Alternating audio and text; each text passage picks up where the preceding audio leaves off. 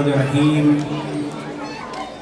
الحمد لله الذي هو الأول والآخر والظاهر والباطن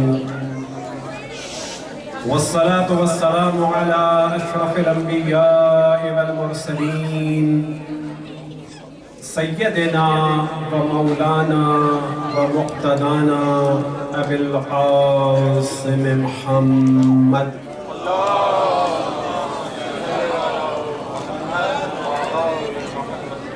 وعلى أهل بيته الطيبين الطاهرين المعصومين سيما بقية الله في الأراضين مهدي المنتظر أرواحنا وأرواح العالمين لتراب مقدمه الفداء ولعنة الله على أعدائهم ومنكر فضائلهم وغاصب حقوقهم إلى قيام يوم الدين.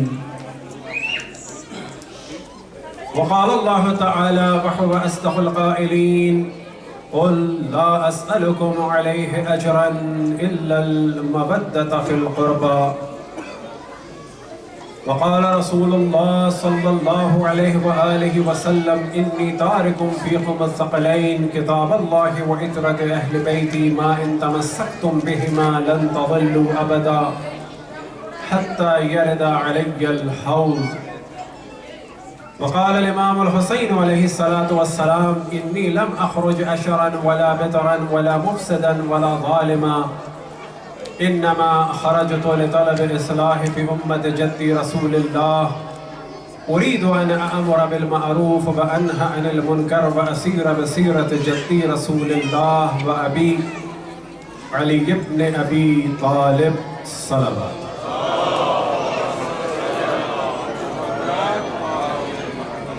جب امام حسین علیہ السلام مدینہ سے نکلے تو اپنا وصیت نامہ اپنے بھائی جناب محمد ابن علی کے جو مشہور ہیں محمد حنفیہ اور محمد اکبر کے نام سے ان کے سپرد کیا اور مدینہ سے نکلنے کے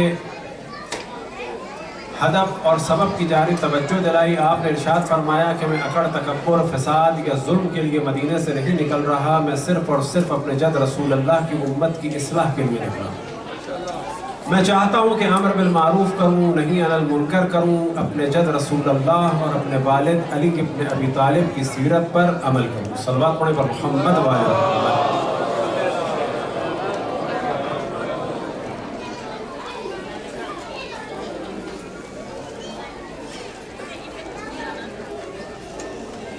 آج محرم کی چوتھی شب ہے. خداوند تبارک و تعالیٰ کا شکر ہے کہ بہت سے محرم ایسے گزرے کہ جن میں ہم نے اجر رسالت کو اپنی جانب سے خدمت رسول اقدس میں پیش کیا، اور اس سال بھی اللہ سبحانہ و تعالیٰ نے ہم سب کو یہ توفیق عطا فرمائی کہ اپنی جانب سے اشرف الانبیاء کی بارگاہ میں عشق اہل بیت کے ذریعے سے، ذکر اہل بیت کے ذریعے سے ان کی رسالت کی اجرت کو پیش کر رہے ہیں اور انشاءاللہ کرتے رہیں. اور دعا ہے کہ خداوند تبارک و تعالیٰ ایسی طول عمر عطا فرمائے کہ جس میں ہم مزید اجر رسالت کو عشق اہل بیت کے ذریعے سے، اطاعت اہل بیت کے ذریعے سے ادا کرتے رہیں. صلوات پڑھیں اس دعا کی قبولیت کی.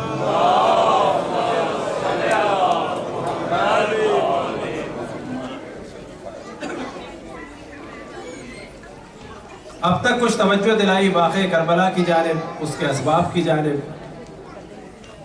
جو سب سے اہم موضوع تھا وہ یہی کہ یہ کوئی اتفاقیہ یا اچانک نہیں ہوا. یہ جو کچھ ہوا نتیجہ ہے 50 سال کا، نہ کہ 50 سال میں پہلی دفعہ کچھ اچانک ہو گیا. تاریخ اسلام تو نہیں، البتہ یہ کہا جا سکتا ہے کہ وہ افراد کہ جنہیں مسلمان کہا گیا، جن میں سے کچھ مسلمان تھے اور کچھ مسلمان نما تھے، یعنی منافق. ان کی تاریخ بلا شک خون و خرابے کی تاریخ، فتنے و فساد کی تاریخ، نہ کہ تاریخ اسلام، نہ کہ تاریخ مسلمین، تاریخ مسلمانوں کی کچھ، اور ساتھ میں ان تمام مصائب کے جو جڑ منافق تھے کہ جو ایک ہوا کے جھونکے کی طرح سے دین میں داخل ہوئے تھے اور پھر نکل بھی گئے، اور اپنے نفاق کے ذریعے سے اہل بیت پر ظلم کرتے رہے۔ اشرف الانبیاء نے اپنی زندگی میں آئندہ کے لیے جو ہدایات فرمائیں، ان کا جو دار و مدار تھا وہ اہل بیت سے وابستگی کی صورت میں۔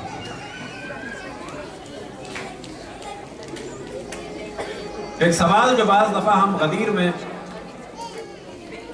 کچھ لوگوں نے ہم سے کیا، اب ہم خود لوگوں مومنین سے کرتے تھے، بعض دفعہ مومنین نے یہ کہا کیا اشرف الانبیاء کے لیے بہتر نہیں تھا کہ وہ ایک بڑے مجمع میں اعلان کر دیتے، مشکل حل ہو جاتی؟ تو ہم نے کہا یہی سب کچھ تو غدیر میں ہوا تھا،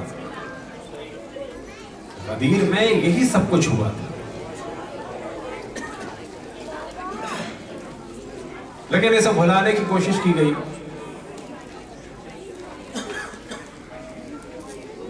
اور اس کے لیے جو سہارا لیا گیا وہ مختلف افراد کو کھڑا کیا گیا اہل بیت کے مقابلے میں، اور ہدف یہ تھا کہ اہل بیت کو بالکل اسلام کے منظر سے، اسکرین سے ہٹا دیا جائے، اور پھر تو جو کرنا ہے وہ کریں گے، جو ہونا ہے وہ ہوگا۔ لیکن خداوند تبارک و تعالیٰ نے اس دین کو باقی رکھنا تھا، اور اگر اللہ کی قدرت کا نظارہ کرنا ہو اور اللہ کے وعدے کو دیکھنا ہو تو مصائب اہل بیت کو دیکھے، شیعوں کے قتل عام کو دیکھے تو انسان کو یقین ہو جائے گا کہ یہ وہ قوم، یہ وہ افراد تھے کہ بظاہر ان کو اب رہنا نہیں چاہیے تھا باقی۔ اور اگر کسی کو شک ہو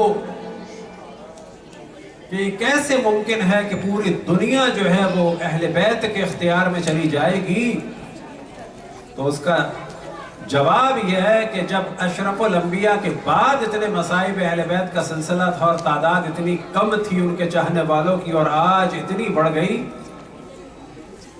اور اب اسی طریقے سے جب یہ بڑھتی چلی جائے گی تو ظہور سے پہلے ایک بہت بڑی تعداد ہوگی دنیا کی کہ جو اہل بیت کی چاہنے والی اور ماننے والی ہوگی۔ صلوات پڑھیں پر محمد والا۔ اب یہ ذہن میں رکھیں کہ جو جتنی ڈرامے بازیوں کے زمانے تھے وہ چلے گئے، اور اس میں ایک بہت بڑا دخل ہے میڈیا کا، سوشل میڈیا کا، جتنے بھی میڈیا ہیں،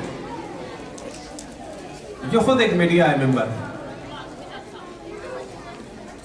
جتنے اقسام کی بھی ماس کمیونیکیشن کے سلسلے ہیں کہ جو آج بلا شک سب سے جو بہتر ہے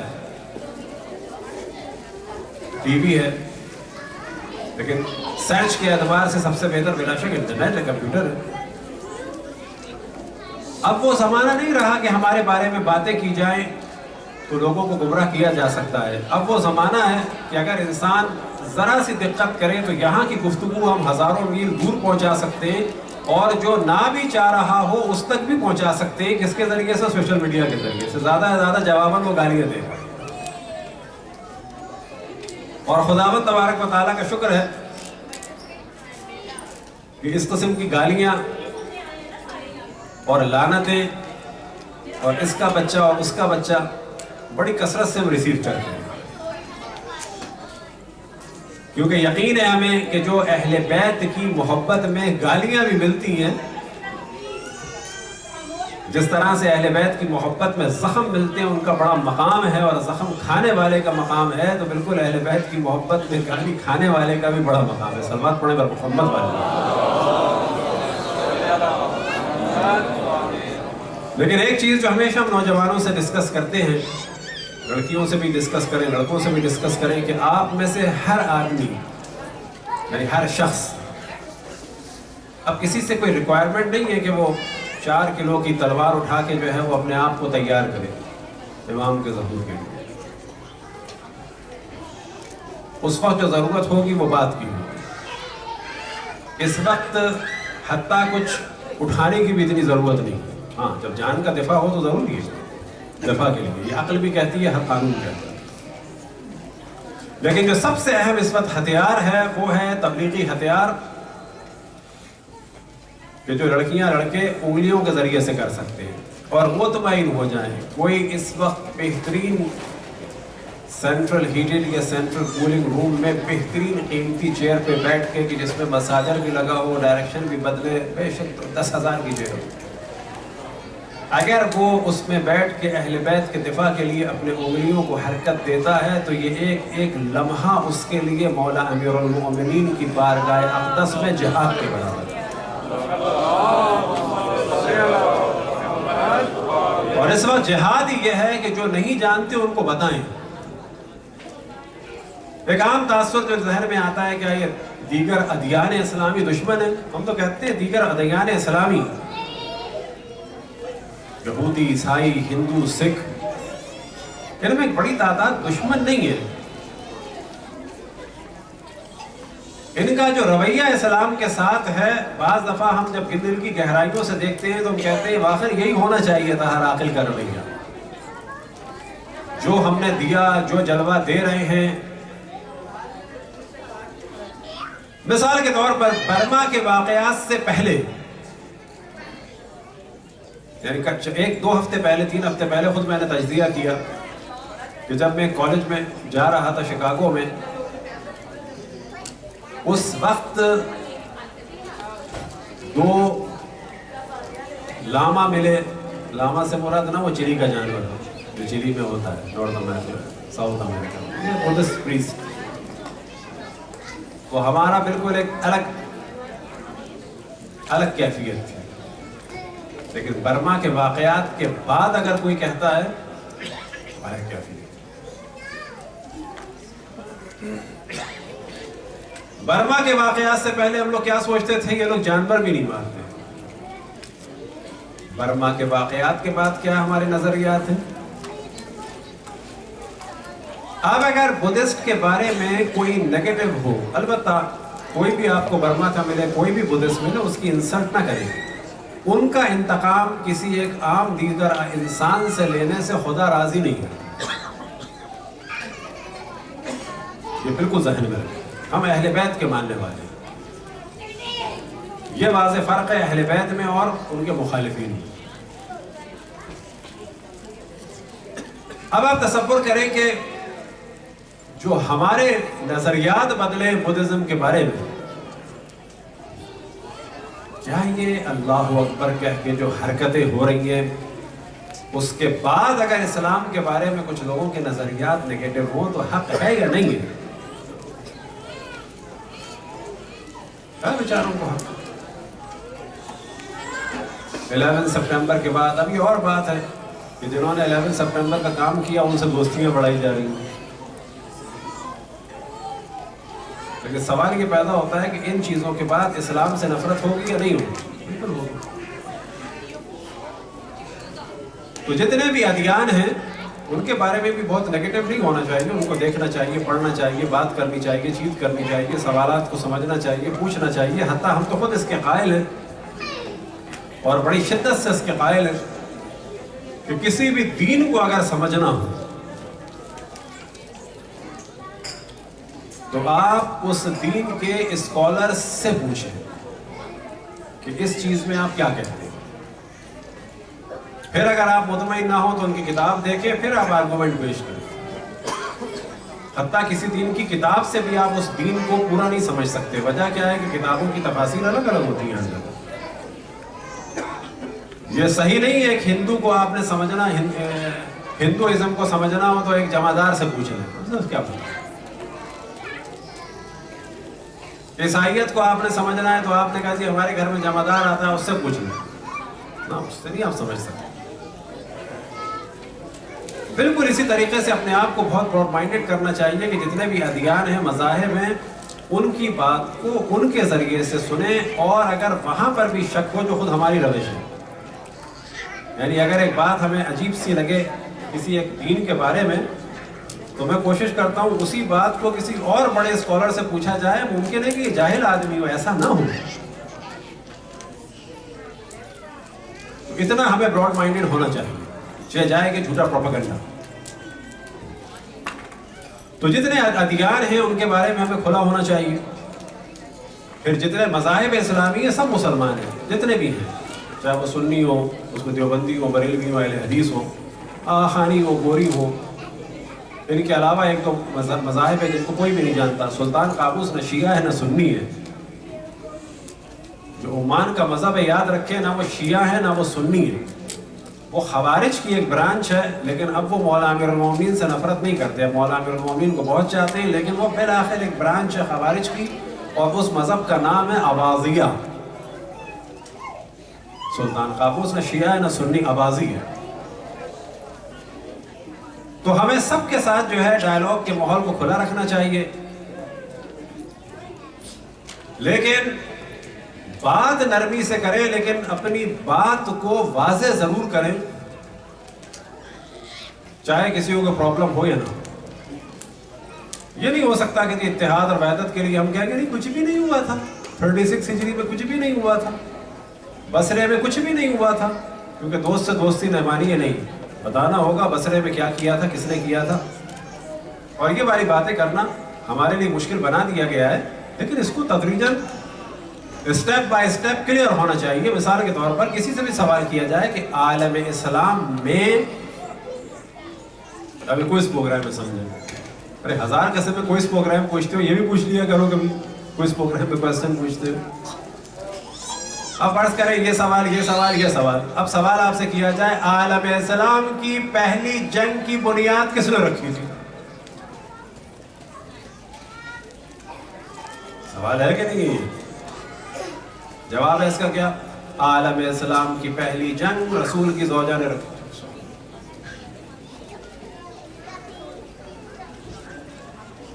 کیا ایسا ماحول بنا دیا گیا ہے کہ اس کو ڈسکس کرے توہین کر دی؟ کوئی توہین نہیں کرتی، حقیقت ہے. کس کے خلاف کی تھی؟ اس وقت کے خلیفہ کے خلاف کی تھی.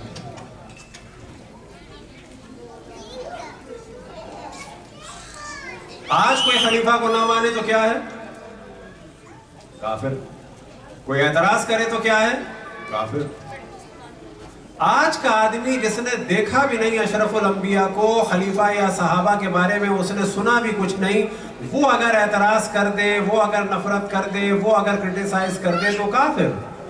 جنہوں نے خود مولا کے فضائل سنے تھے، اصحاب کے فضائل سنے تھے، یا بقول ان کے صحابہ کے فضائل یا خلفاء کے فضائل جنہوں نے خود سنے تھے، ان کی تو زیادہ مذمت ہونی چاہیے کہ انہوں نے کیوں جنگ کی.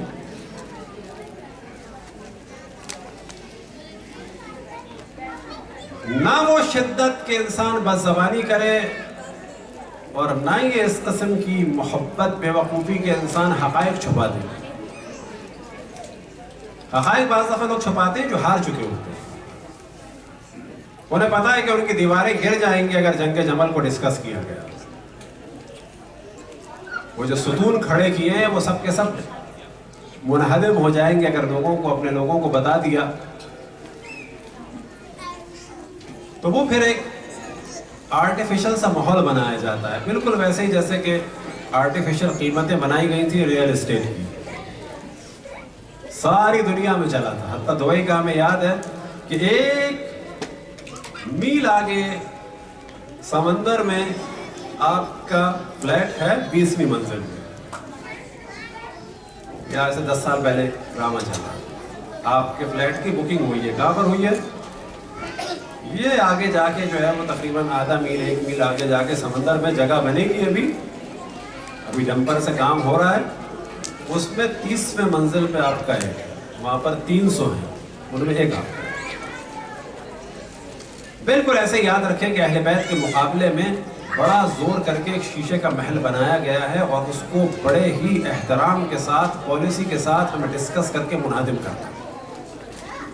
اور یہ فتنے اور فساد کے لیے نہیں ہے، یہ اشرف الانبیاء کی وصیت اور حکم اور خواہش کے لیے. کیونکہ اشرف الانبیاء نے اسلام کی ہدایت کا اور اسلام کا دار و مدار رکھا ہے اہل بیت کے اوپر. اب جو بھی اہل بیت کے مقابلے میں آئے بحکم رسول اللہ صلی اللہ علیہ وآلہ وسلم وہ کون ہے؟ منافق. یہ روایت صحیح بخاری کی مسلم ہے. یا علی لا یحبک الا مؤمن ولا یبغضک الا منافق. کہ یا علی تم سے کوئی محبت نہیں کر سکتا مگر یہ کہ وہ مومن ہوگا، اور کوئی نفرت نہیں کر سکتا، بغض نہیں رکھ سکتا مگر یہ کہ وہ منافق ہو.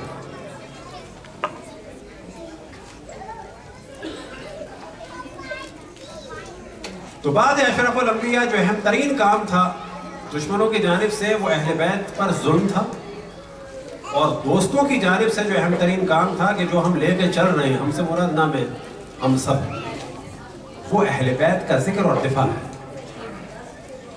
اور اس ذکر اور دفاع کے لیے ہم سب کو ہر روز ترقی کرنی چاہیے، ہر روز.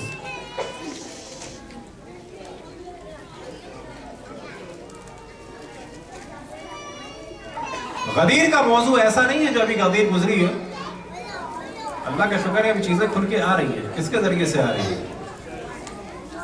سوشل میڈیا کے ذریعے سے آ رہی ہے. سوشل میڈیا جو ہے واقعاً اس کے ذریعے سے کام ہو. غدیر کے بارے میں یاد رکھیں کہ اہم ترین جو دن ہے عالم اسلام کا وہ غدیر ہے. وجہ یہ ہے کہ عید غدیر کا، عید قرباں کا اور ہر بڑے دن کا دار و مدار ہے اس غدیر پر. لیکن سوال یہ پیدا ہوتا ہے کہ یہ غدیر کا دن جو ہے صرف ہمارا ہے؟ تو یاد رکھیں اہل سنت کا اس میں اجماع ہے کہ غدیر کے دن دین مکمل ہوا. الیوم اکملت لکم دینکم اتممت علیکم نعمتی ورضیت لکم الاسلام آیت نازل ہوئی. اہل سنت کا کثرت سے روایتیں ہیں کہ 18 ذی الحجہ کا روزہ مستحب ہے اور ثواب ہے. اسی طریقے سے تمام اہل سنت کا اس میں اجماع ہے کہ اشرف الانبیاء نے جو اہم ترین پیغام دیا وہ کیا تھا؟ من کنت مولاہ فہذا علی مولا. صلوات پڑھیں بر محمد والے.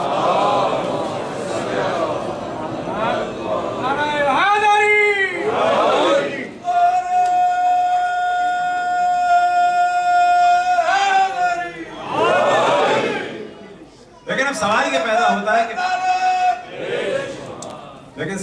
پیدا ہوتا ہے کہ اتنی غدیر کی فضیلت کے بعد مولا کا انکار کیوں ہے؟ تو وہاں پر ایک سلسلہ کیا گیا کہ یہ مولا کے معنی ہے کیا؟ دوست.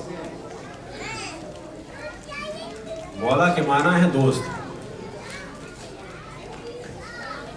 تو کہا جائے کہ مولا کے معنی دوست ہے.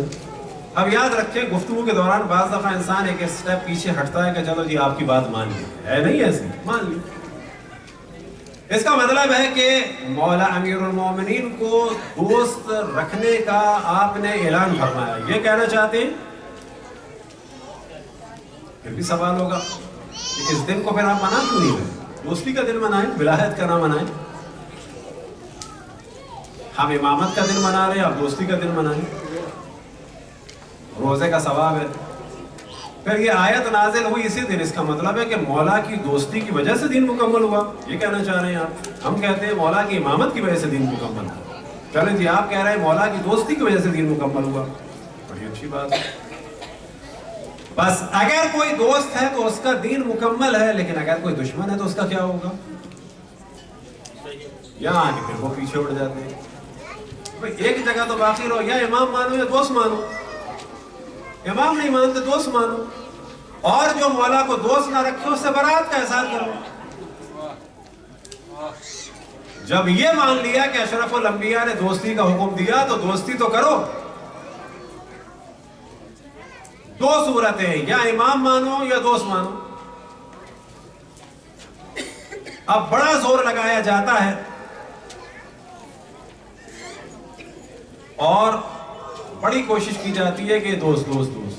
تو سمجھ میں نہیں آتا کیا بعد میں اصحاب نے اس حکم غدیر پر ان کے بقول کے جو دوستی کا حکم تھا باخر مولا امیر المومنین سے دوستی کا حق نبھایا؟ کیا جنگ جمل میں دوستی کا حکم نبھایا تھا؟ کیا جنگ صفین میں دوستی کو نبھایا تھا؟ یہ جو مولا امیر المومنین کی قبر پوشیدہ رہی، کیا یہ دوستی کی وجہ سے تھی؟ یہ جناب سیدہ کی قبر پوشیدہ رہی، یہ دوستی کا نتیجہ تھا؟ یہ امام حسن کے جنازے پہ تیر چلے، یہ دوستی کا نتیجہ تھا؟ تو معلوم یہ ہوا کہ نہ ولایت نہ دوستی.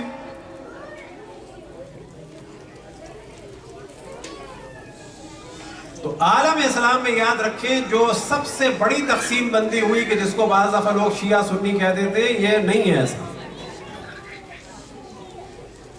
اور اس کو میں نے ہمیشہ یہ کہتا ہوں کہ عالم اسلام کی پہلی تقسیم بندی ہوئی تھی پرو اہل البیت اور اینٹی اہل البیت. ایک بہت بڑی تعداد اینٹی اہل البیت ہو گئی تھی، ایک قلیل تعداد پرو اہل البیت تھی، اور وہی وہ تعداد تھی جو صحیح معنی میں مسلمان تھی. اب اگر کہا جائے اصحاب تو ہم ان اصحاب کو مانتے بلا کسی تکلف کے اور بلا کسی شرم کے. اور یہ وہ موضوع ہے کہ حتیٰ جان بھی جانی ہو تو انسان اس کو کلیئر بیان کرے، خصوصاً آج کل کے دور میں. ہم ان اصحاب کو مانتے ہیں کہ جو اہل البیت کے طرفدار تھے، یعنی پرو اہل البیت تھے. اور ہر وہ شخص کے جس نے اہل بیت کے لیے ذرہ برابر پرابلم کریٹ کیا مجھ سے بری ہے. صلوات پڑھیں محمد و آل محمد.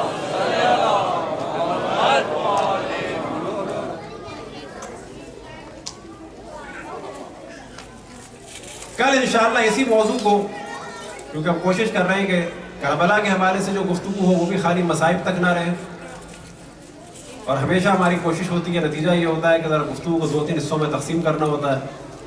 تو یہ والا موضوع انشاءاللہ کل دوبارہ کنٹینیو کریں گے.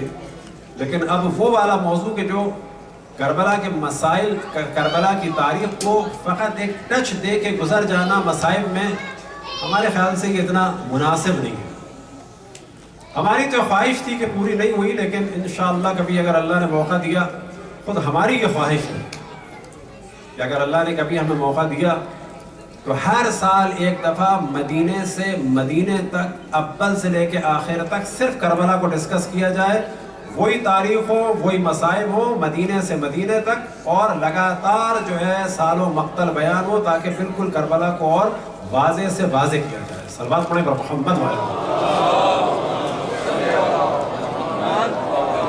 کو ٹچ دے کے گزر جانا فقط اس وجہ سے کہ آج ہمارے ملک میں یا ہمارے شہر میں یا ہمارے کلچر میں آج کے مصائب کربلا کی ان مثال کے طور پر ایک مقدس ہستی سے منسوب ہے، تو ہلکا سا ہم نے ٹچ دیا اور گزر گئے. اس کا بھی بہت ثواب ہے، لیکن یہ حق نہیں ادا ہوتا. خود ایام عزا میں ایک پورا سلسلہ ہونا چاہیے جو صرف کربلا ہو. اور یہ سلسلہ بھی یاد رکھیں 10 دن میں نہیں ختم ہوتا، ہر سال اس میں تھوڑا تھوڑا مسئلہ بڑھے گا. ہر سال کی جو سامعین ہیں اس کے اندر، اور اس کو ایسے لے کے چلنا ہوگا کہ جو پچھلے سال والے ہیں انہیں بھی سمجھ میں آ جائے، جو نئے آئے انہیں بھی سمجھ میں آ جائے، لیکن کربلا کلیئر. اب ہم کربلا کے اصحاب کے بارے میں ڈسکس کرتے ہیں. کل ہم نے توجہ دلائی تھی کہ شہدائے کربلا میں سے جو سب سے پہلے شہید ہیں وہ کون تھے؟ جناب حضرت سلیمان بن ابی غزین کے جو سفیر امام حسین تھے بصرہ کی جانب. اب یہ ذہن میں رکھیں جب کہا جاتا ہے شہدائے کربلا یا شہدائے تحریک کربلا، اس سے قطعاً یہ مراد نہیں ہے کہ جو لوگ یا جو بزرگان فقط روز عاشور شہید ہوئے. حضرت مسلم اصحاب امام حسین میں سے، حضرت مسلم شہدائے تحریک کربلا میں سے، حضرت مسلم لیکن محرم میں شہید نہیں ہوئے. حضرت مسلم اصحاب امام حسین میں سے ہیں لیکن کربلا کی سرزمین پہ شہید نہیں ہوئے. جناب حضرت سلیمان بن ابی غزین رضوان اللہ تعالی علیہ تحریک کربلا کے پہلے شہید ہیں، لیکن نہ محرم میں شہید ہوئے اور نہ کربلا میں شہید ہوئے، بلکہ کہاں شہید ہوئے؟ بصرہ.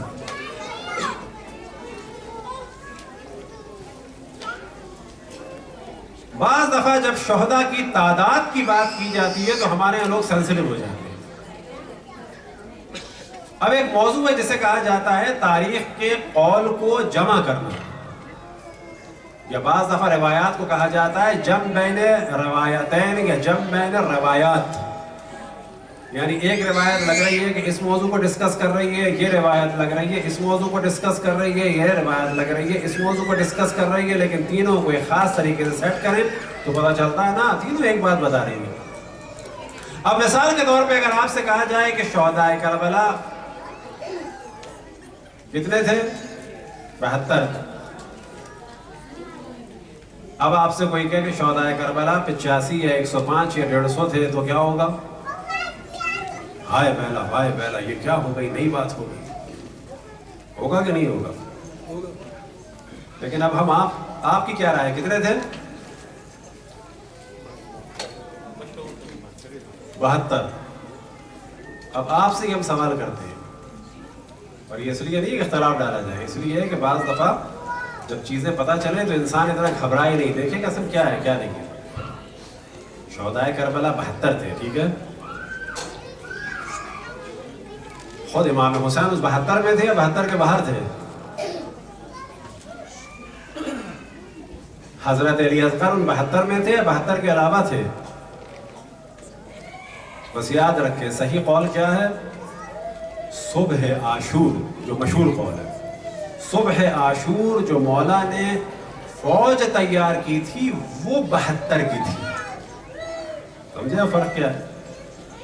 72 کی فوج بنائی تھی مولا میں، جس میں 40 پیادے تھے، 32 سوار تھے۔ کتنے ہو گئے یہ ملا کے؟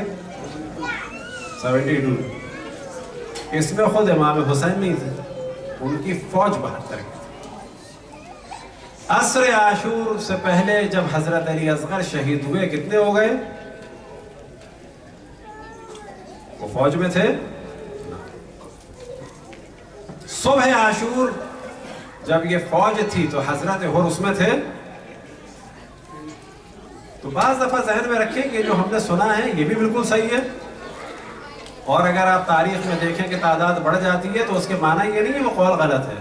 72 کی صبح فوج تھی، اس میں چند افراد تدریجاً شہید ہوتے چلے گئے۔ فوج میں حضرت مثال کے طور پہ حضرت علی اصغر نہیں تھے، فوج میں حضرت عاتقہ بنت مسلم ابن عقیل نہیں تھی، فوج میں حضرت ختیجہ بنت علی کے 2 چھوٹے بچے سعد اور عقیل نہیں تھے، فوج میں حضرت مسلم کے چھوٹے فرزند اور نہیں تھے۔ کتنی بڑھ جائے گی تعداد؟ تو لہٰذا بعض دفعہ اگر اس قسم کی چیز تاریخ میں دیکھیں تو پریشان نہ ہو۔ لہٰذا گنج شہیدہ میں بھی کربلا میں جائیں تو وہاں پر جو شہداء کی تعداد ہے 100 سے اوپر لکھی ہوئی ہے، تو نام لکھے ہوئے، تو وہ غلط ہے یہ غلط ہے نا، یہ بھی صحیح ہے وہ بھی صحیح ہے۔ تو کہا جائے گا یہ کیسے ہو سکتا ہے، یہ بھی صحیح ہے وہ صحیح ہے، تو کہا جاتا ہے کہ یہاں کیا جاتا ہے دونوں اقوال کو جمع، کہ صبح جو تعداد تھی وہ 72 کی تھی فوج کی، تدریجاً جو لوگ آتے چلے گئے تو بڑھتی چلی گئی۔ اب ایک اہم موضوع کہ جو خود مجھے بہت اچھا لگتا ہے اس کو میں ڈسکس کروں، اور وہ ہے خود شہداء کے بارے میں، کہ سب سے پہلے شہید جو شہداء کربلا کے تھے جناب حضرت سلیمان بن ابی رزین رضوان اللہ تعالیٰ، یہ کہاں شہید ہوئے؟ کوفہ میں شہید ہوئے۔ یہ بار بار ذکر کیوں کر رہے ہیں کہ ان ہستیوں کا نام تدریجاً آہستہ آہستہ سب کو یاد ہو جائے۔ ایسا نہیں ہے کہ جس طرح آج ہر آدمی کو حضرت حر کا نام یاد ہے، تو کوئی ایک زمانہ نہیں آیا ہوگا کسی گاؤں دیہات میں یا شہر میں لوگوں کو حضرت حر کا نہیں پتا تھا نا، اس دن کسی کو پتا چلا ہوگا فقط امام حسین کا، فقط حضرت عباس کا، اس کے لیے پہلی دفعہ حضرت حر کا نام مشکل ہوگا، لیکن پتا چل گیا۔ بالکل ایسے ہی تدریجاً ہمیں اس کلچر کو پھیلانا ہے، اصحاب کے نام کو جاننا ہے، تدریجاً ڈسکس ہوتا چلا جائے گا، پھیلتا چلا جائے گا۔ اب یہ ذہن میں رکھیں کہ شہداء کربلا وہ بھی ہیں کہ جو عاشور سے پہلے شہید ہوئے، شہداء کربلا بعض وہ بھی ہیں کہ جو عاشور کے بعد شہید ہوئے۔ اب چند شہداء کے جن کا ذکر خود ہمیں بڑا پسند ہے، اور وہ بڑا ایک اچھا سا ذکر لگتا ہے کہ پہلے شہید کا ہم نے ذکر کر دیا۔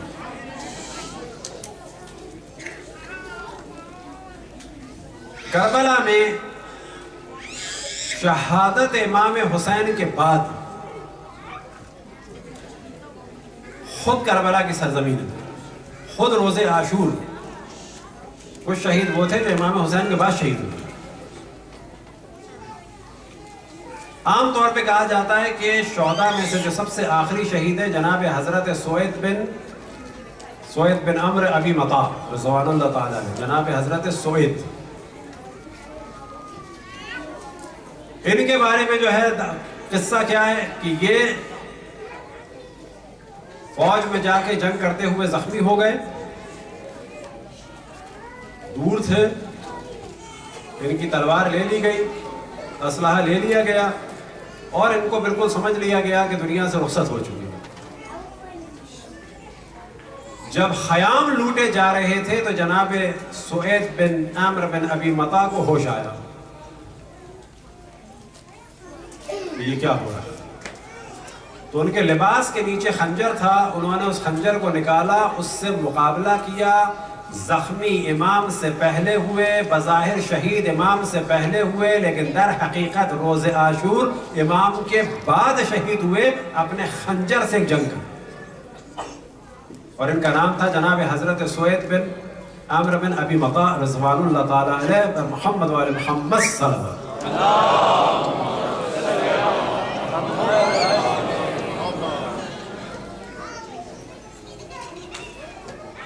ایک شہید تھے جناب حضرت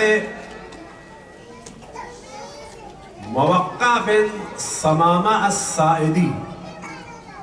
یہ بھی ان حضرات میں سے تھے کہ جو زخمی ہوئے اور جب سر کاٹنے کا مسئلہ آیا تو رشتہ داروں نے کوشش کی اور سر کاٹنے سے بچا لیا. موقع بن ثمامہ الساعدی کو سر کاٹنے سے بچا لیا. سر کاٹنے سے تو بچا لیا لیکن عبید اللہ ابن زیاد کے حکم سے انہیں قید کر دیا گیا. یہ زخمی تھے اور 6 مہینے بعد یہ شہید ہوئے. اب کیا کہا جائے گا؟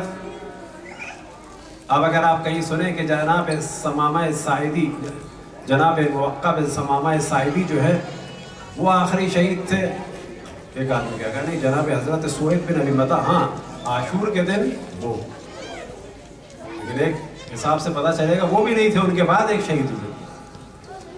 اسی طرح سے ایک تھے جناب حضرت صبار بن منعم. ان کے بھی سر کاٹنے کا وقت آیا تو ان کے رشتہ داروں نے کوشش کی اور بچا لیا، لیکن ان کو زنجیروں میں جکڑ کر بحرین کی جانب بھیج کر قید کر دیا اور یہ 1 سال بعد شہید ہوئے، انتہائی کرب کے بعد 1 سال. حتیٰ ائمہ نے ان کے بارے میں کثرت سے ذکر کیا ہے ان کے مصائب کا. صبار بن منعم، ان کا نام دوبارہ لیتے رہتے ہیں، آپ صلوات پڑھتے رہیں. پہلے شہید جو شہید کوفہ تھے جناب حضرت سلیمان بن ابی رزین، صلوات پڑھیں محمد والے. 1 سال بعد شہید ہونے والے جناب صبار بن منعم. 6 مہینے بعد شہید ہونے والے جناب موقع بن ثمامہ الساعدی.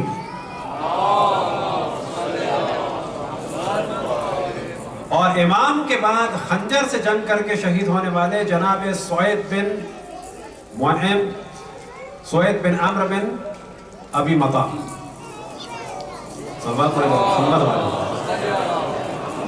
یہ جو نام ہم بار بار لے رہے ہیں اپنے لیے عبادت سمجھتے ہوئے، آپ کے لیے عبادت سمجھتے ہوئے کہ ان ناموں کو ہم نہ جانے کہ جو واقع کربلا کے صحیح معنی میں پیروکار ہیں کون ڈسکس کرے گا.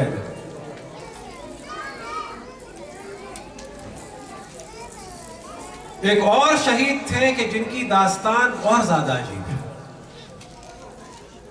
اور ان کے خصوصاً امام زین العابدین علیہ السلام نے بڑا ان کا ذکر کیا ہے. اور یہ تھے جناب حضرت حفحاف بن منعم، معذرت حضرت حفحاف بن محند. تھوڑا سا مشکل نام ہے. حفحاف ہے جیم والا ہے، جسے کہتے ہیں حلوے والا. حفحاف 2 چشمی ہے. حفحاف بن محند، جیسے محمد ہوتا ہے یہ محند. میم کی جگہ نون ہے، محند۔ ان کا معاملہ کیا تھا؟ یہ اصحاب مولا امیر المومنین میں سے تھے، اصحاب امام حسن میں سے تھے، اصحاب امام حسین میں سے تھے، اور ساکن کوفہ تھے، کوفہ معذرت ساکن بصرہ تھے، بصرے میں رہتے تھے۔ اور جب انہیں خبر ہوئی کہ امام حسین علیہ السلام مدینے سے نکل چکے ہیں قتل جناب حضرت سلیمان بن ابی رزین کے بعد، تو یہ نکلے امام حسین کی نصرت کے لیے۔ لیکن آپ جانتے ہیں کب پہنچے یہ امام کی نصرت کے لیے؟ یہ پہنچے اس وقت کہ جب جنگ ختم ہو چکی تھی اور خیام لوٹے جا رہے ہیں۔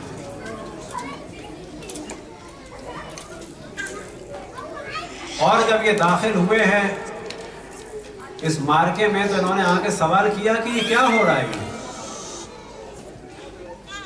تو کہا قتل کر دیا حسین ابن علی کو۔ کہ یہ کیا ہو رہا ہے؟ کہا یہ حسین کے خیموں کو آگ لگائی جا رہی ہے۔ اب یہ سمجھ گئے کہ یہ سب یزیدی ہیں اور وہاں پر یہ فوج ختم ہو چکی ہے، نصرت امام حسین کے لیے بصرہ سے چلے تھے اور پہنچے کب ہیں؟ شہادت امام حسین کے بعد، اور بظاہر شاید جناب حضرت سوید کے بھی بعد ختم ہو چکا ہے۔ اہل بیت کو اسیر بنایا جا رہا ہے، اس وقت پہنچے ہیں اور انہوں نے اپنی تلوار نکال کے شدید ترین ایک مارکہ کیا ہے کہ جس کے بارے میں امام زین العابدین علیہ السلام ارشاد فرماتے ہیں کہ اہل بیت علیہ السلام کے شہداء کے بعد جو شدید ترین مقابلہ کیا ہے، مقاتلہ کیا ہے، وہ حضرت حفاف بن محند نے کیا ہے۔ صلوات پڑھیں پر محمد و آل محمد۔ پھر ہم ان کے نام لیتے ہیں اس محفل کی مزید نورانیت کے لیے، امام زمان علیہ السلام کی خوشنودی کے لیے، امام حسین کی خوشنودی کے لیے، کیونکہ یہ وہ ہستیاں ہیں کہ جن کے بارے میں خود امام نے فرمایا ایسے نہ میرے نانا کو ملے، نہ بابا کو ملے، نہ بھائی کو ملے۔ وہ جناب سلیمان بن ابی زرین شہید بصرہ، پہلے شہید۔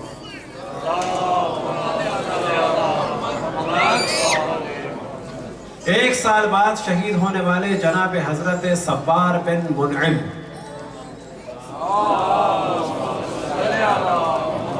6 مہینے بعد شہید ہونے والے جناب موقع بن ثمامہ الساعدی،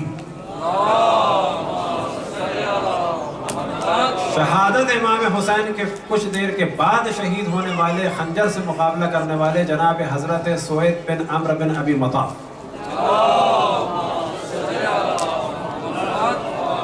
اور شہادت امام حسین کے بعد اور خیام کی تاراجی کے بعد اور خیام کو آگ لگانے کے دوران جب بصرے سے پہنچنے والے صحابی کہ جنہوں نے اہل بیت کے بعد سب سے شدید مقاتلہ کیا، جناب حضرت حفحاف بن محند راسبی۔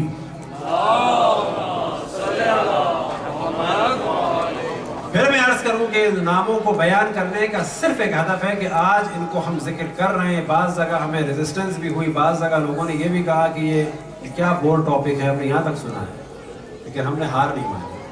وجہ یہ ہے کہ ان کے نام پھیلنے میں اگر اللہ نے ہمیں سبب بنا دیا تو اس سے بڑھ کر کوئی کام اپنی زندگی کا شاید ہم بہتر نہ کر سکیں، اس سے بہتر کوئی کام نہیں کر سکتے، کیونکہ جن لوگوں نے آپ تک نام پہنچایا ہے جناب زینب اور جناب ام کلثوم کا اور باقی شہداء کا، ان سے بہتر کیا کام ہے؟ آج ہمیں کس کے ذریعے سے پتا ہے؟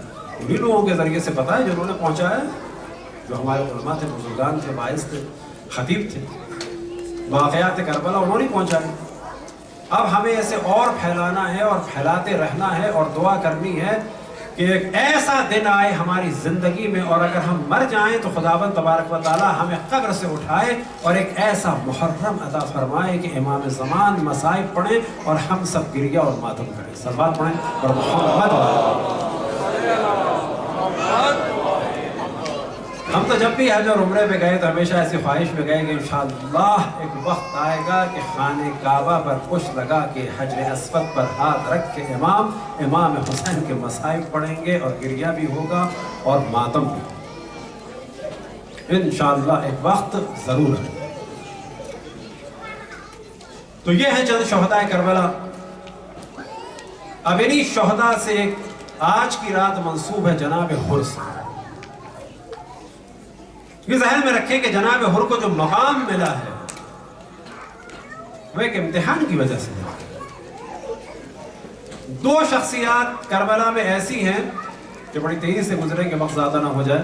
دو شخصیات کربلا میں ایسی ہیں جو کہا جا سکتا ہے کہ بالکل ایک قسم کے ہیں، لیکن ایک جنت کی جانب ایک جہنم کی جانب. کل سے انشاءاللہ اگر زندگی رہی موقع ملا تو یہ والا موضوع بھی اٹھائیں گے، کیونکہ اس وقت سب سے اہم موضوع تھا کہ ہم اپنے درمیان کربلا کو مضبوط کریں.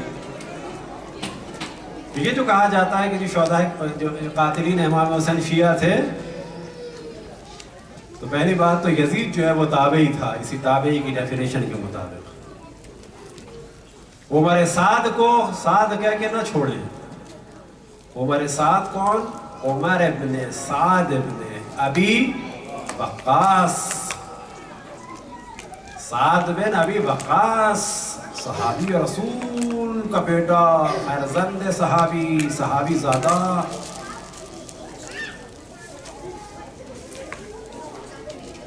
کون قاتل امام حسین؟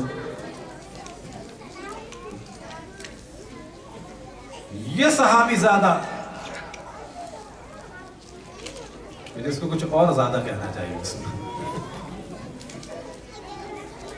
یہ صحابی زادہ نتیجہ کس چیز کا ہے کہ ہم لوگوں نے زیادہ جو ہے وہ ظاہر ہے ہم کم تھے، مسائل بہت تھے، لیکن عمر سعد کا ہمیں پورا تعارف کرانا چاہیے.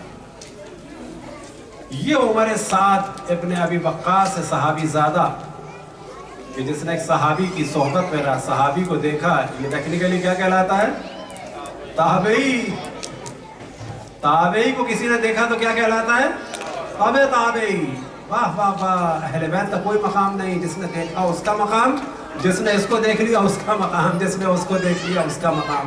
ائمہ علیہم السلام جیل میں کہ جو نسل رسول اللہ، جو خلفاء رسول اللہ، جو اہل بیت رسول اللہ، وہ جیلوں میں جنہوں نے ایک ایک دفعہ دیکھ لیا، وہ تابعی صحابی بھی بن گئے، تابعی بھی بن گئے اور تابعی بھی بن گئے. وہ دین کی اتھارٹی بن گئے. اہل بیت جیل میں کہ جن کو رسول نے اپنا خلیفہ بنایا وہ جیل میں. یہ ہے تاریخ اسلام.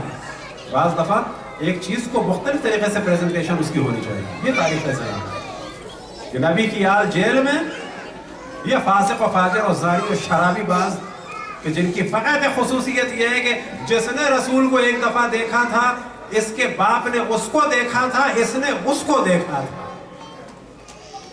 تابعی کی کیا فضیلت ہے کہ جیسے اس نے اس کو دیکھا. تابعی کی کیا فضیلت ہے؟ صحابی کو دیکھ. صحابی کی کیا فضیلت ہے؟ یہ مشہور ہے ایک دفعہ ابو حنیفہ نے امام جعفر صادق علیہ السلام کے ہاتھ میں عصا دیکھی. امام نے فرمایا عصا رسول اللہ. ابو حنیفہ عصا کو چومنے کے لیے بڑھے. امام نے عصا ہٹا لی کہ یہ ہاتھ نہیں چوما. کہا اس میں خون رسول اللہ. عصا رسول اللہ، آل رسول اللہ کی مخالفت کے بعد عصا رسول اللہ.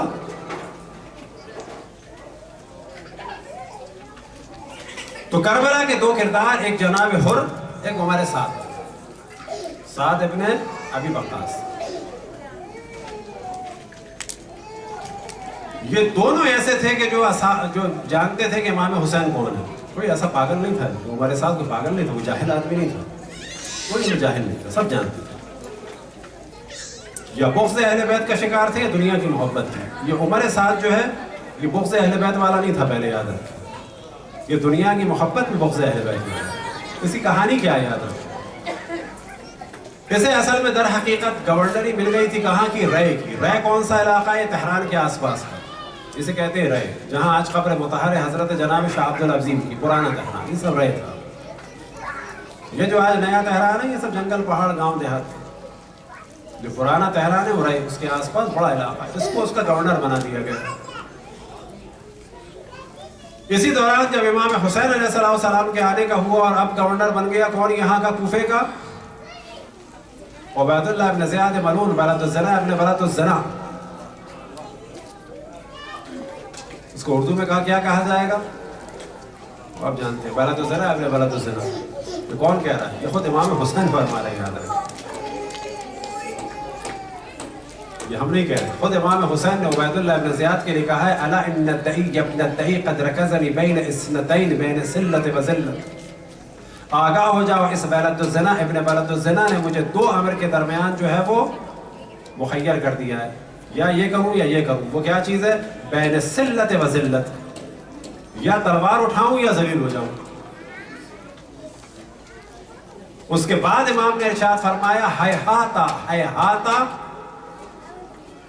من الذلہ، کہ جو اس وقت الحمدللہ شیعوں کا ایک نعرہ بن چکا ہے، اور واقعاً یہ نعرہ ہمارا ہونا چاہیے، یہ نعرہ امام حسین علیہ السلام کا، کہ اس وقت عرب دنیا میں شیعوں کا یہ نعرہ ہے ہیہاتا ہیہاتا من الذلہ، دور ہے ہم سے ذلت۔ تو امام فرماتے ہیں کہ اس بلد الزنا ابن بلد الزنا نے مجھے دو چیزوں کے درمیان مخیر کر دیا، یا یہ کروں یا یہ کروں۔ وہ دو چیزیں کیا ہیں؟ یا تلوار یا ذلت۔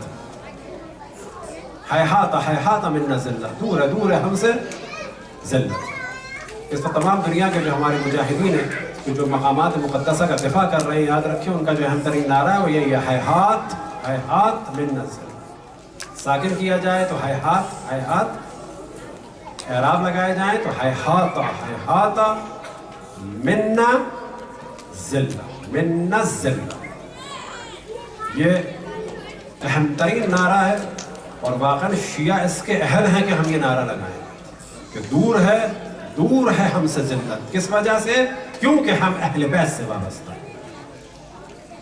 ہمیں خوش ہونا چاہیے، اور جب کہا جائے کہ پراؤڈ ہونا اپنے چاہیے، تو مراد یہ نہیں کہ ہم تکبر کریں، ہم اہل بیت کے ماننے والے، بعد رسول اللہ اہل بیت کے لوگ مخالف ہو گئے تھے، الحمدللہ ہم اہل بیت کے ماننے والے۔ ہم میں سے بعض سے ظاہر گناہ بھی ہو جاتے ہیں، خدا ہم سب کو گناہوں سے محفوظ رکھے، لیکن خود ہماری بھی روش ہے، آپ بھی یہی کام کریں۔ ہم تو امام زمان علیہ السلام توسل کرتے ہیں، یہی کہتے ہیں یا امام زمان ہم ویسے نہیں ہیں جیسا آپ چاہتے ہیں، لیکن آپ کی بارگاہ میں فقط ایک چیز پیش کر سکتے ہیں، اور اس معاملے میں اچھے ہیں، اللہ کا شکر ہے، ویسے اچھے نہیں ہیں، لیکن ایک چیز آپ کے سامنے پیش کرتے ہیں، اور وہ یہ چیز پیش کرتے ہیں کہ آپ کو بھی خوشی ہوگی کہ ہم سب میں ہے، اور انشاءاللہ یہ زیادہ ہونی چاہیے اور بڑھنی چاہیے۔ ہم ایک چیز پیش کرتے ہیں، اسی کے صدقے میں بس ہمیں معاف کریں، آئندہ اچھے ہونے کی کوشش کرتے ہیں۔ وہ چیز کیا ہے کہ ہم بڑے دنیا دار ہیں، فرض کریں کہ گناہ گار ہیں، لیکن جیسے بھی صحیح آپ کی جدہ کے قاتلوں سے شدید نفرت کرتے ہیں، آپ کی جدہ سے محبت کرتے ہیں، آپ کی جدہ کے قاتلوں سے شدید نفرت کرتے ہیں۔ اس نفرت کے صدقے میں ہم سے محبت کر لیں، صلوات پڑھیں اور محمد والے پڑھیں۔ یہ جو نفرت ہے بڑے کام کی چیز ہے یار، اس نفرت کے بغیر اس محبت کا کوئی فائدہ نہیں۔ یہ قاتل اور مقتول جو ایک دل میں رکھنے کی پالیسی ہے، نفاق کی ہے۔ حب اہل بیت ہو بشرط دشمنان اہل بیت سے بغض ہو، دشمن اہل بیت کا بھی حب، اہل بیت کا بھی حب از اکول ٹو منافق۔ حب اہل بیت پلس بغض دشمنان اہل بیت از اکول ٹو مومن۔ تو یہ وہ چیز ہے کہ خدا ہم سب کو محفوظ رکھے اور تدریجاً جو ہے وہ بہتری کی جانب لے جائے۔ صلوات پڑھیں پر محمد والے۔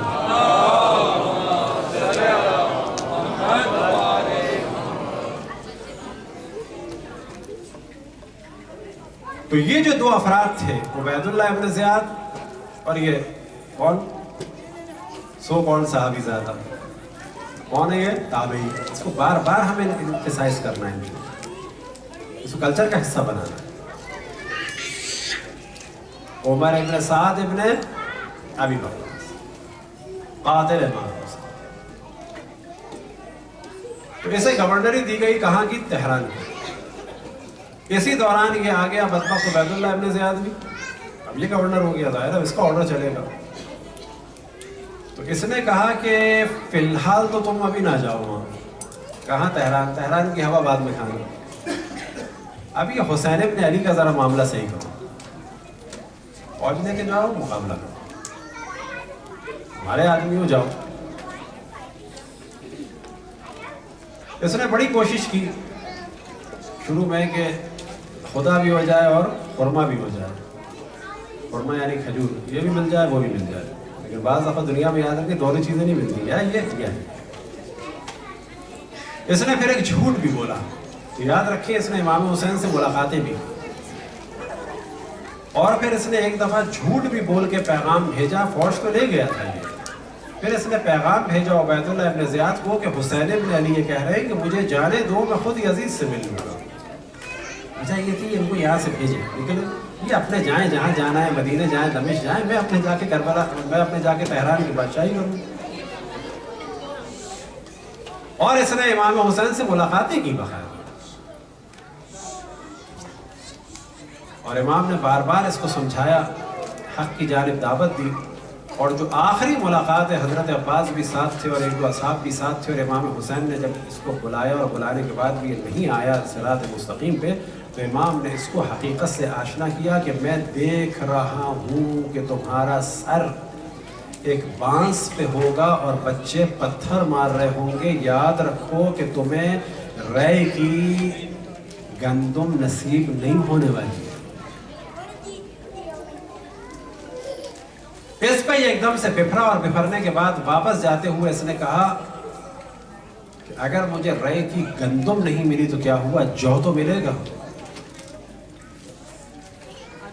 اور یہاں سے جو پھرا تو کچھ رات یہ رہا پریشان, لیکن اس آخری دن, ان آخری دنوں میں شمر آ گیا تھا. اور شمر کے آنے کی وجہ یہ تھی, عبید اللہ ابن زیاد نے بھیجا تھا کہ حسین کے ساتھ عمر ابن سعد صحیح معنی میں نہیں کر رہا ہوں جو میں چاہتا ہوں, یہ کچھ بیچ کا گیم کر رہا ہے. تو تم جا کے عمر سعد سے کہو کہ کمانڈ سنبھالنی ہے لشکر کی تو سنبھالو, حسین پہ سختی کرو, اور اگر یہ نہیں کر سکتے چھوڑ دو. اور اس وقت یہ عہدہ فوج کی کمانڈ شمر کو دے دو. جب یہ والا موضوع آیا تو یہاں پر عمر سعد نے پورا فیصلہ کر لیا کہ بھائی یہ اب حسین ہو یا کوئی بھی ہو, مجھے رائے کی حکومت چاہیے, اور عبید اللہ ابن زیاد کو ناراض نہیں کرنا. یہاں سے جو کام خراب ہونا شروع ہوا تو صبح عاشور جب اس نے تیر چلایا ہے تو اس نے تمام لشکر کو گواہ بنا کے کہا, تاکہ کہیں میرا کام خراب نہ ہو جائے, کہ تمام فوج والے گواہ رہنا کہ حسین ابن علی کی جانب پہلا تیر میں نے چلایا. اور اس کے احترام میں ہزاروں تیر چلے امام حسین کے خلاف. تو ایک تو کربلا کی یہ شخصیت تھی, دوسرے شخص تھے جناب حضرت حر. حضرت حر بھی فوج کے تھے, پورے کمانڈر نہیں تھے, تقریباً 2 یا 4 ہزار کی فوج کے کمانڈر تھے, اور کوفے کے قوی لوگوں میں سے تھے, طاقتور لوگوں میں سے تھے. لیکن جناب حر کو بچا لیا کس نے؟ جناب سیدہ کے احترام.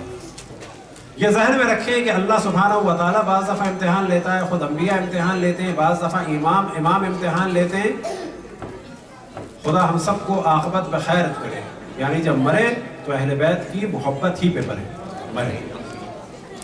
یہ تو بعض دفعہ کیفیت ہوتی ہے, دعا قبول ہوئی تو اہل بیت سے شکر کر دیا, دعا قبول نہیں ہوئی تو دل میں رنجش آ گئی, یہ برباد کر دے گی. ممکن ہے کبھی ہمارا ایسا امتحان ہو جائے, مشکل میں گرفتار ہو جائے, دم نکلتے نکلتے یہ ہو کہ کیا کیا اللہ نے, کیا کیا انہوں نے, کیا کیا انہوں نے.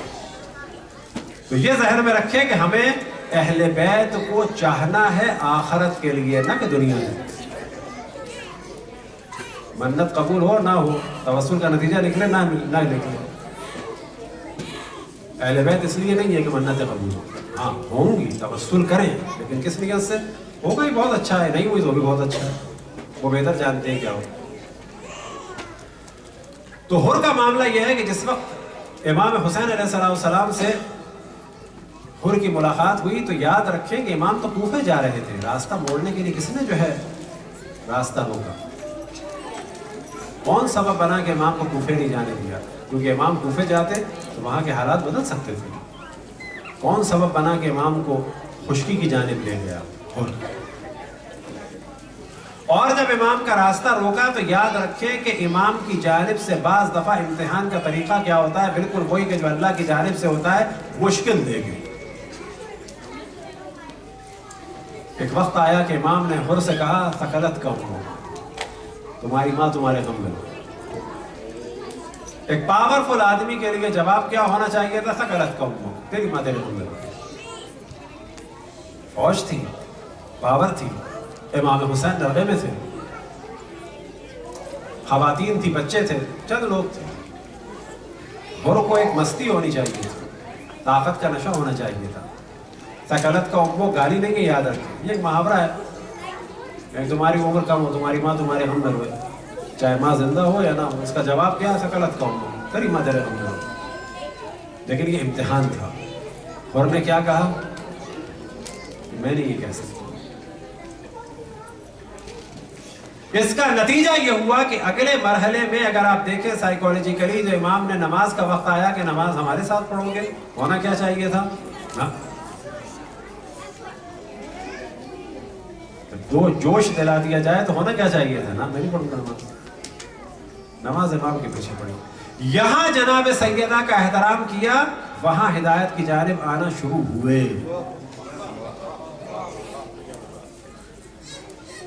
اب ایک وقت آیا کہ جناب حر کربلا کی سرزمین میں لے تو آئے،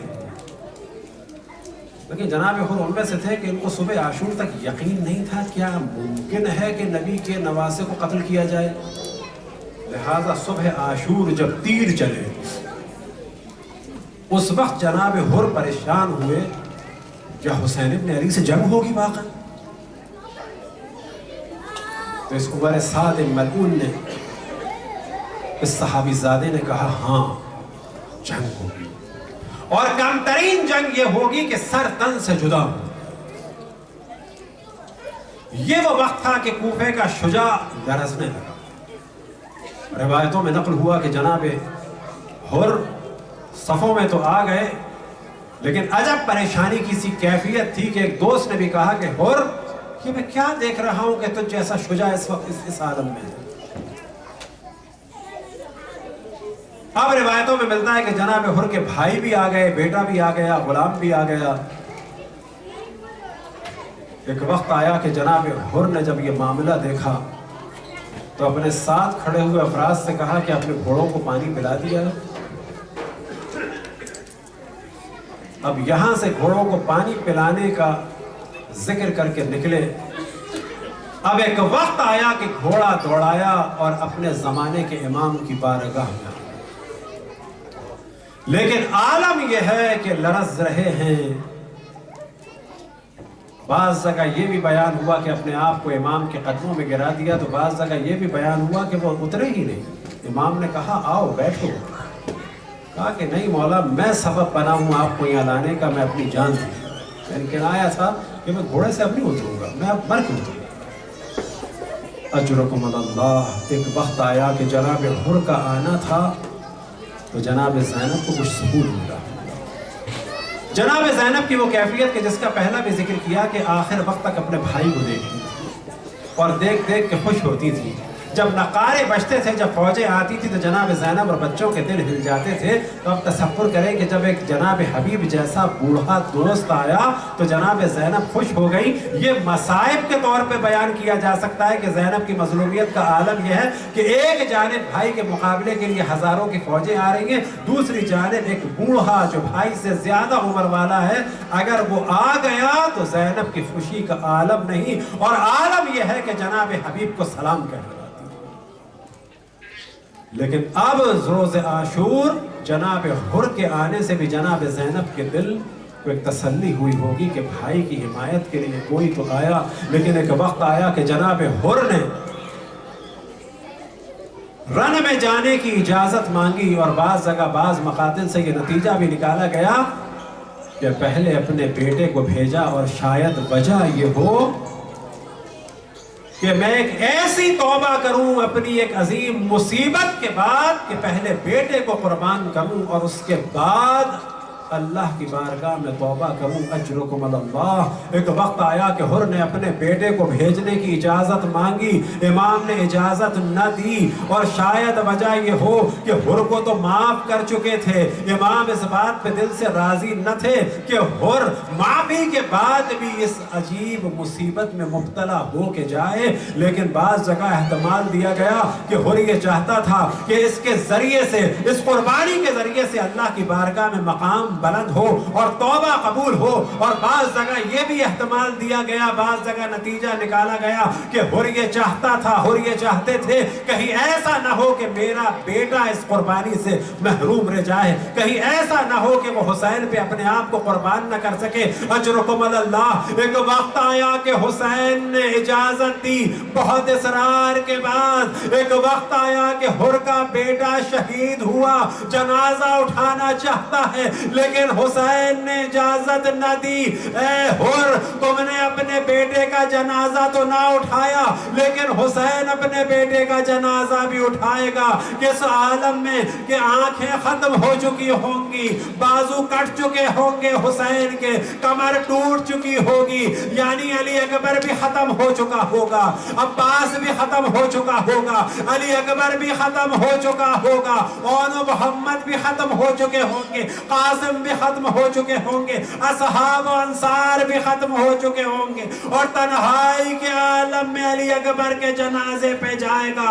اجرکم اللہ. ایک وقت آیا کہ جناب حر اجازت لے کے گئے، ایک مقابلہ کیا، اپنے گناہوں کی تلافی کی، اور دل میں یہ دعا ہوگی کہ یا رسول اللہ، میں سبب بنا کہ آپ کا بیٹا اس دشت کربلا میں پہنچا، میں اپنے آپ کو قربان کر کے آپ کی بارگاہ میں معافی چاہتا ہوں. عجب نہ ہو کہ شاید اشرف الانبیاء نے کہا ہو کہ اے حر، تو نے میری بیٹی کا احترام کیا، تجھے وہ مقام ملے گا شہدائے کربلا کے درمیان کہ وہ مقام کسی کو نہ ملے گا. ایک وقت آیا کہ جناب حر نے مقابلہ کیا، دشمنوں کو فنار کیا، یہاں تک کہ رن میں ایک ندا گونجی، السلام علیکہ یا ابا عبداللہ.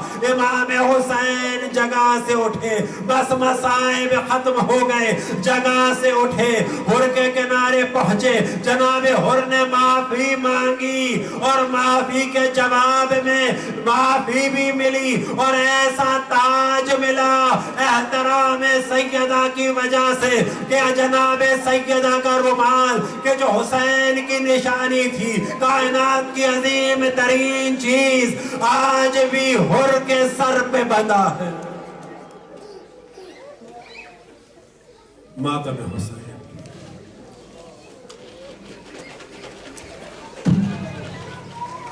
یا حسین، یا حسین، یا حسین، یا حسین، یا حسین، یا حسین، یا حسین، یا حسین.